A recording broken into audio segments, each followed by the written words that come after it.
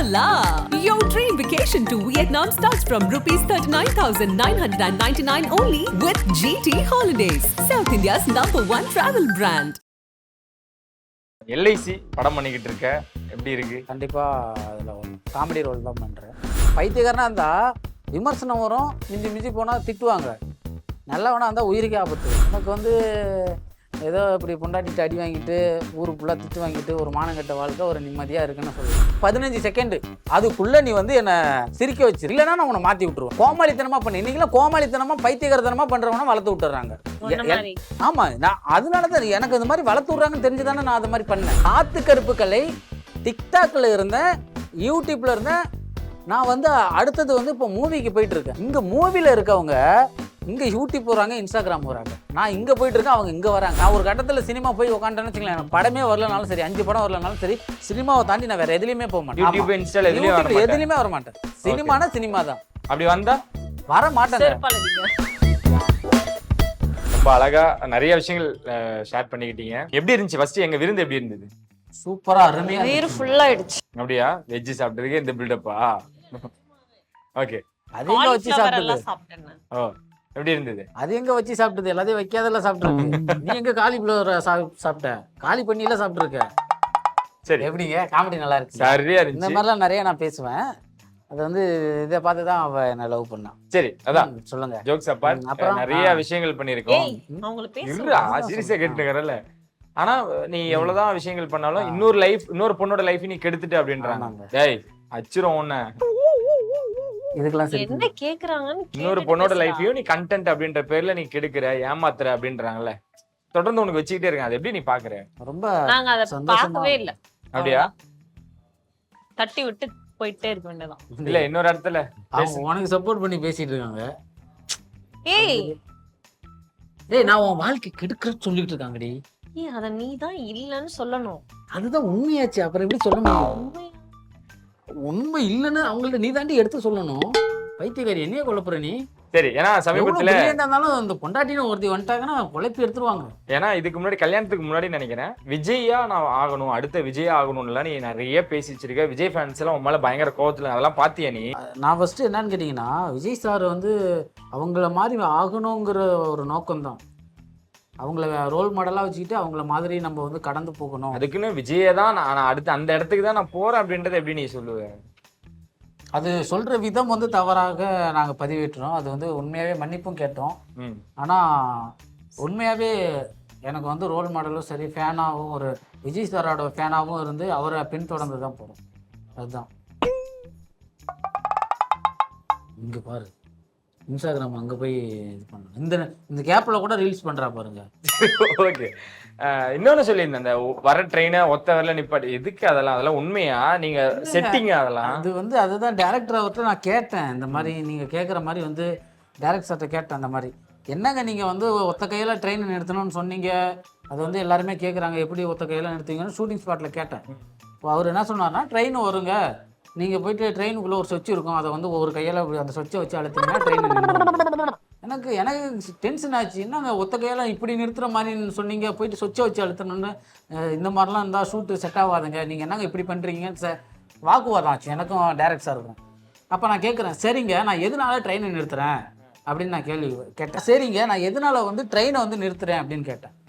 Heroine தண்டவாளத்தில் இருக்காங்க அப்படின்னு. சரி, ஹீரோயின் வந்து எதுக்குனால தண்டவாளத்தில் இருக்காங்க, நான் எதனால் காப்பாற்றுறேன் அப்படின்னு. ஹீரோயின் வந்து துணி துவைச்சிட்டு இருக்காங்க அப்படின்னா. எனக்கு டேரக்ட் சார் ஹீரோயின் எதுக்கு சார் வந்து தண்டவாளத்தில் வந்து துணி துவைக்கிறாங்கன்னு அவர் யோசிச்சாரு. இது வாஸ்தவமாக தானே இருக்குது, கரெக்டாக வராது. அவங்க வந்து மொட்டை மாடியிலே வந்து துணி துவைக்கட்டும், ட்ரெயினை வந்து அங்கே மொட்டை மாடிக்கு போகிற மாதிரி பண்ணிடலாம். இதுதாங்க அவர் சொன்னாரு. சொன்னோடனே எனக்கு இதாயிடுச்சு, காண்டாயிடுச்சு. சரிங்க இதெல்லாம் சரி வராது, நாங்க 2 பேரும் அச்சிரும் உன்ன அவதாரு. சரி, இல்ல இந்த கதையை நான் பல தடவை கேட்டேங்க. இல்ல எனக்கு காத்து கருப்புகளை தொடர்ந்து இன்னும் பைத்தியக்கார மாதிரி நடிக்கிறான், பைத்தியக்கார மாதிரி பண்றான் அப்படின்லாம் இன்னும் வைக்கிறாங்கல்ல, அது உனக்கு ஹர்ட் ஆகலையா உனக்கு?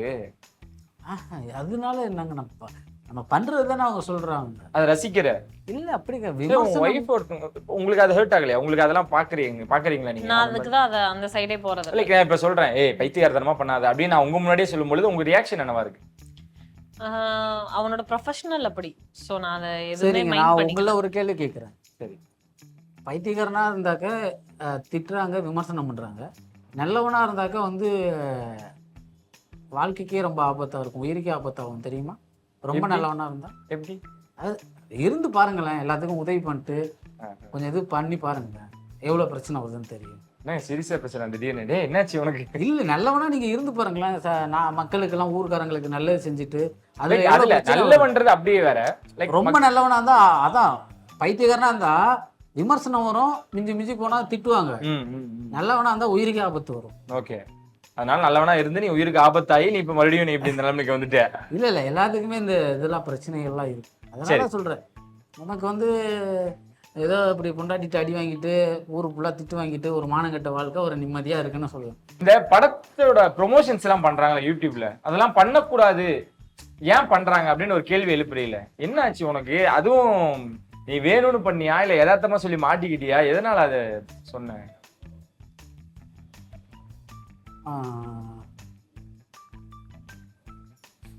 அது படத்துல வந்து ப்ரொமோஷன் வந்து இப்போ ஒரு, அதாவது அந்த காலத்துலலாம் பார்த்தீங்கன்னா வந்து மூவினாலே ஒரு படம்னாலே வந்து எம்ஜிஆர் சார் காலத்தில், சிவாஜி சார் காலத்தில் பார்த்தீங்கன்னா ஒரு நோட்டீஸ் ஒட்டுவாங்க. ஆமா, வண்டி போகும், நோட்டீஸ் எல்லாம் போடுவாங்க, அந்த மாதிரி தான் இருந்துச்சு. அந்த மாதிரி பண்ணுவாங்க. அதுக்கப்புறம் காலகாலமாக கொஞ்சம் காலமாக என்னாச்சுன்னா பிராண்டுன்னு ஒன்று கொண்டு வந்தாங்க. பிராண்டுன்னா எம்ஜிஆர் சார் படம்னா வந்து போய் பார்க்கலாம், சிவாஜி சார் படம்னா போய் பார்க்கலாம். ஏன்னா அந்த காலத்துலேயுமே வந்து அவங்க 2 பேர் மட்டும் நடிகர்கள் இல்லை, நிறைய நடிகர்கள் இருப்பாங்க. அவங்க 2 பேருமே அந்த இடத்த பிடிச்சாங்க, அந்த அந்த அந்த இடத்த பிடிச்சாங்க. அந்த மாதிரி வந்து அதுக்கப்புறம் இளையராஜா அவர் ஒரு கட்டத்தில் வந்து மியூசிக் டைரக்டராக வந்து கொடி கட்டி பறந்தார். அன்னைக்கிலேயே ஒன்னே தேடுதே இன்னைக்கு. அப்புறம் அவருடைய சாங்கு ஓப்பனிங் சாங்க்கு 16 வயது நிலை படத்துலலாம் ஓப்பனிங் சாங்க்கே வந்து தேட்டரே அதான் வாங்கும். அப்படிலாம் போச்சு.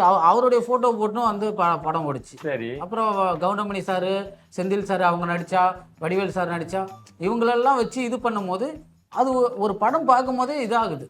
இந்த இப்போ முதல் மரியாதைன்னு படம் இருக்குது. முதல் மரியாதையில் பார்த்தீங்கன்னா வந்து அந்த படத்தை வந்து எப்படி இருக்குது பாருங்கள். அந்த டைரக்ஷன் பண்ண டைரக்டர் பாரதி சார் வந்து அவருடைய டைரக்ஷன், மியூசிக் டைரக்டர் இளையராஜா அவங்க, எப்படி காம்போ அமைஞ்சு எப்படி பவர்ஃபுல்லான படம் முதல் மரியாதை.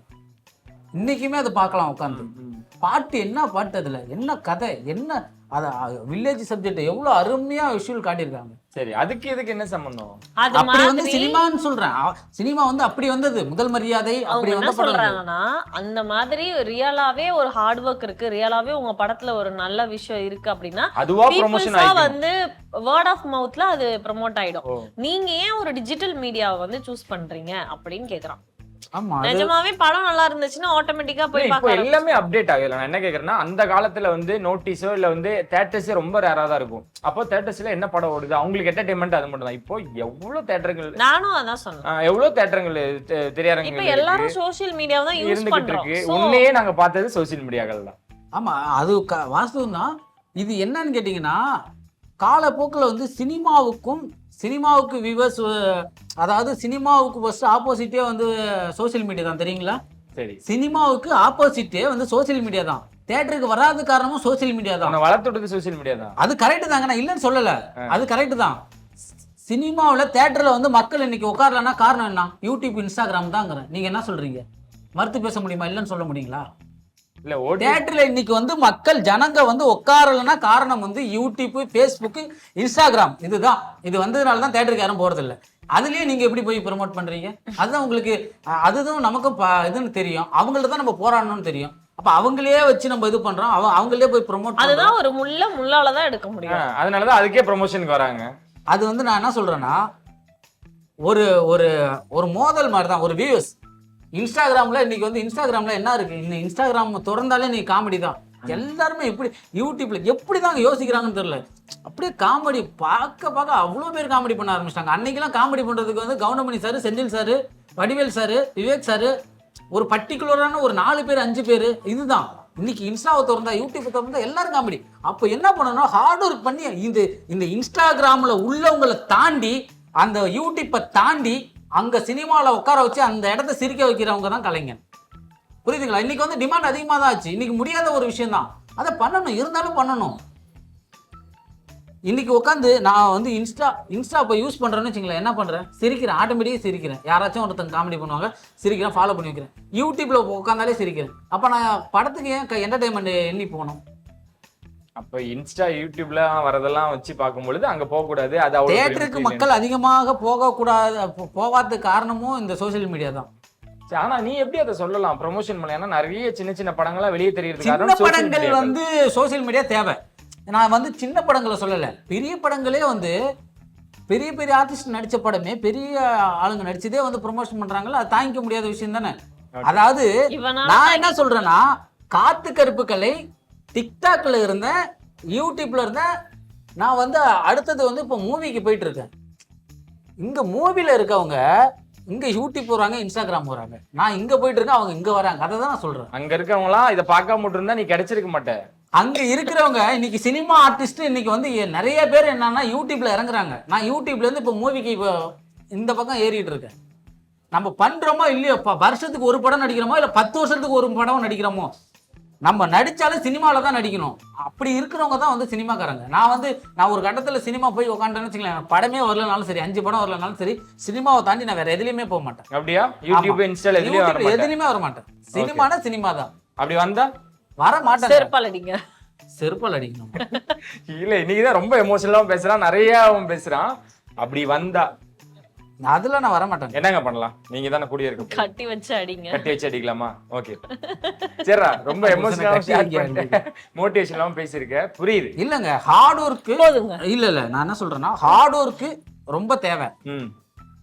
அதாவது யூடியூப், அதாவது சோசியல் மீடியா என்னன்னா, யூடியூப் வந்து ஒரு 12 நிமிஷம் கண்டென்ட், ஒரு 8 நிமிஷம் கண்டென்ட், அதை பார்த்துக்கிட்டு இருக்காங்க. அதாவது படம் வந்து எத்தனை மணி நேரம்? 2.5 மணி நேரம் படத்துக்கு இன்னைக்கு போய் தியேட்டர்ல டிக்கெட் எடுத்து பண்றதுக்கு இவங்க கையில வந்துருச்சு. இன்னைக்கு தியேட்டர் போன் வந்து கையிலே தியேட்டரா வந்துருச்சு. யூடியூப்ல இன்னைக்கு வந்து 8 நிமிஷம் 12 நிமிஷம் என்டர்டைன்மெண்ட் எதிர்பார்க்குறான். இதுல ஏதாச்சும் கிடைக்குமா, இதுல ஏதாச்சும் லவ் கிடைக்குமா, இதுல ஏதாச்சும் வந்து ஒரு சிரிக்க வச்சிருவாங்களா அப்படின்ட்டு இங்க வந்துருச்சு இப்போ. அது மாதிரி யூடியூப்ல வந்து ஷார்ட்ஸ் வந்துருச்சு இப்போ. எனக்கு 8 நிமிஷம்லாம் கிடையாது, உனக்கு வந்து 1 நிமிஷம் தான் டைம் தரேன், அதுக்குள்ள என்ன சிரிக்க வச்சிரு, இல்லைன்னா நான் மாத்திடுவேன். அப்புறம் உடனே இப்போ இன்ஸ்டாகிராம்ல ரீல்ஸ்னு வந்துச்சு, அதாவது 15 செகண்ட், அதுக்குள்ள நீ வந்து என்ன சிரிக்க வச்சிரு, ஏதாவது ரசிக்க வச்சிரு, இல்லைன்னா நான் உன்னை மாத்தி விட்டுருவேன்.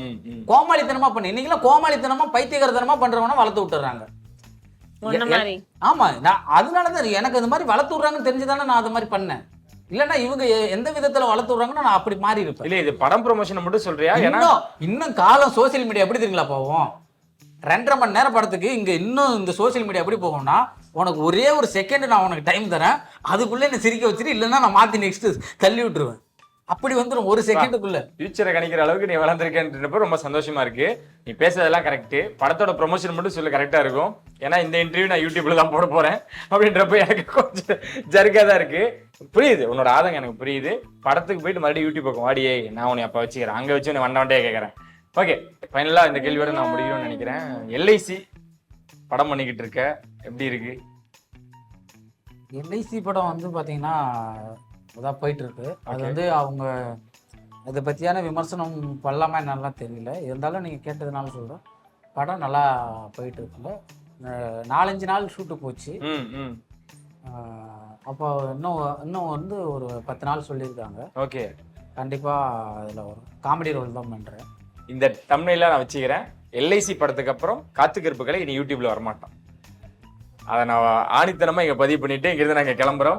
இப்போ கேன் ஒரு படம் ரிலீஸ் ஆக போகுது. ஓகே ஓகே, கலையரசன் சார் படம் சூப்பர். அதுல தம்பிராமன் சார், மாறன் சார், நிறைய ஆர்டிஸ்ட் வந்து ஓ கேன் படத்துல நீங்க நடிச்சிருக்கீங்க. ஆமா, அது ரிலீஸ் ஆக போகுது. Adam sir direction. படத்துக்கு போயிட்டது அப்புறம் இப்ப யூடியூப் வந்தாரு. அதுதான் சொல்றேன், அந்த படம் ரிலீஸ் ஆகட்டும். கேன் படம் ரிலீஸ் ஆனதுக்கு அப்புறம் வந்தா நீங்க தான் சாட்சி. இல்லைங்க, நான் வந்து என்ன சொல்றேன்னா, நான் உண்மையே சொல்றேன், எல்லாரும் ஹார்ட் ஒர்க் பண்ணுங்க. நம்மளுடைய இதை வந்து உங்க ஹார்ட் ஒர்க் பண்ணி அந்த இடத்த தக்க வைக்கணும். அதுதானே ஒரு இது. ஓடலைங்கிறத வந்து நம்ம ஓட்டி காட்டணும்ல. படமே தேட்டரில் ஓடலாம், நம்ம ஓட்டி காட்டுறது தானே நம்மளுடைய டேலண்ட். அதை தான் சொல்ல வர. ஹார்ட் ஒர்க் பண்ணணும். ஐஸ் எஸ்கே போறான், நானும் விட வேணாம். கேன் படத்துக்கு அப்புறம் பாரியே நான் உன்னை பாத்துக்கிறேன். One second, thank you so much. எங்களோட மனமார்ந்த வாழ்த்துக்கள். இந்த விருந்து எப்படி இருந்ததுன்ற 2 வார்த்தை ஷேர் பண்ணலாம்னு நினைக்கிறேன். எப்படி இருந்தது? வேற லெவல்ல இருந்துச்சுங்க. அதே ஒரு 2 நாள் சாப்பிடாம இருந்துட்டு வந்தீங்க உட்கார்ந்தா எல்லாம் சாப்பிடலாம். ஓகே சார், சிப்ஸ் அந்த கறி ஆமா நிஜமாவே ரொம்ப டிஃப்ரெண்டா இருக்கு. எல்லா ஷாப்லயும் நம்ம வந்து ஃப்ரை பாத்திருக்கோம், சம்திங் ஏதாவது பாத்திருக்கோம். ஆனா இறால்ல வடை போட்டிருக்காங்க. சீரியஸா நான் ஃபர்ஸ்ட் டைம் நான் பாக்குறேன். ஓகே. அப்புறம் சிக்கன் எல்லாமே டிஃப்ரெண்டா செஞ்சிருக்காங்க. அதே மாதிரி சிப்ஸ் எல்லாமே நீ பார்க்க தாண்டி முடியும். நான் தாண்டி அதே சாப்பிட்டேன். சிப்ஸ் அதாவது பொட்டேட்டோ சிப்ஸ் மாதிரி இருந்தது. ஓகே. அது சிக்கன்ங்கறதே எனக்கு கண்டுபிடிக்க முடியல. நல்லா இருக்கு, டிஃப்ரெண்டாவும் இருக்கு, டேஸ்டாவும் இருக்கு. சாப்பிட்ட சார், நீங்க ஷேர் பண்ணுங்க. தரமா இருக்கு, வேற லெவல்ல இருக்கு. நம்ம பசும்பொன் ஹோட்டல் வந்து எந்த அளவுக்கு நான் எதிர்பார்க்கல. இப்போ வந்து இவங்க இல்லாமலும் நான் அடிக்கடி இங்கே வந்து சாப்பிடலான்னு நான் டிசைட் பண்ணிருக்கேன். ஆனா அமௌண்ட் மட்டும் அப்போ எனக்கு கால் பண்ணுவானே. ஓகே, நான் பார்த்துக்கிறேன். ப்ரோ அடுத்த இன்டர்வியூ போலாமா? தேங்க்யூ ஸோ மச், மனமார்ந்த வாழ்த்துக்கள். அடுத்தது குட்டி கலையோட சந்திப்போம். அண்ணா தலையாடுறான், ரெடியா இருக்காமலையா? ஓகே, அப்ப சந்திப்போம். ஸோ என்ன சொல்லுவான் சந்திப்பு முறை நன்றி வணக்கம்.